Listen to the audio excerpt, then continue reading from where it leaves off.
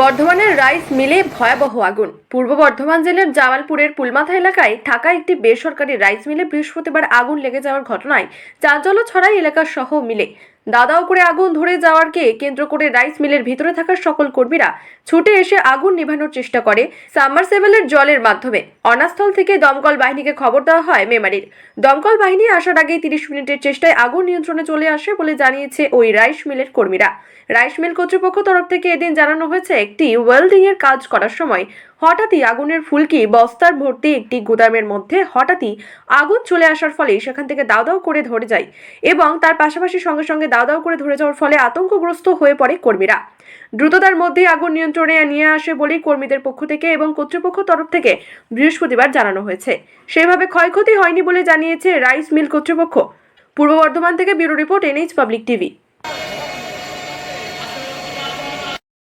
কোথায় এই জায়গাটা কোথায়? জামালপুর জ্যোতিষ রাইস মিল। আর রাইস মিলে কি করে আগুন লাগলো এখানে? আগুনটা লাগলো, আমরা ওইদিকে কাটিং এর কাজ করছিলাম গ্যাস কাটার।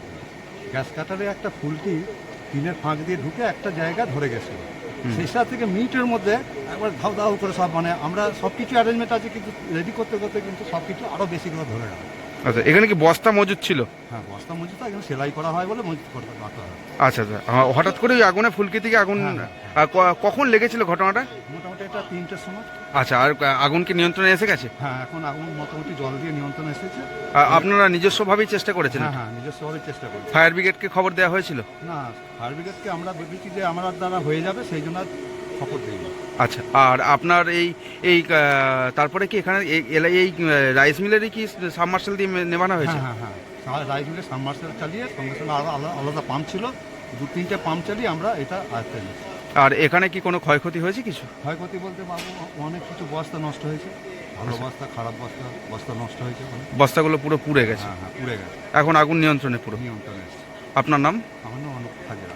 এখানে কি কাজ করেন? জামালপুর, আমার বাড়ি জামালপুরে, এখানেই কাজ করি। আচ্ছা, ঠিক।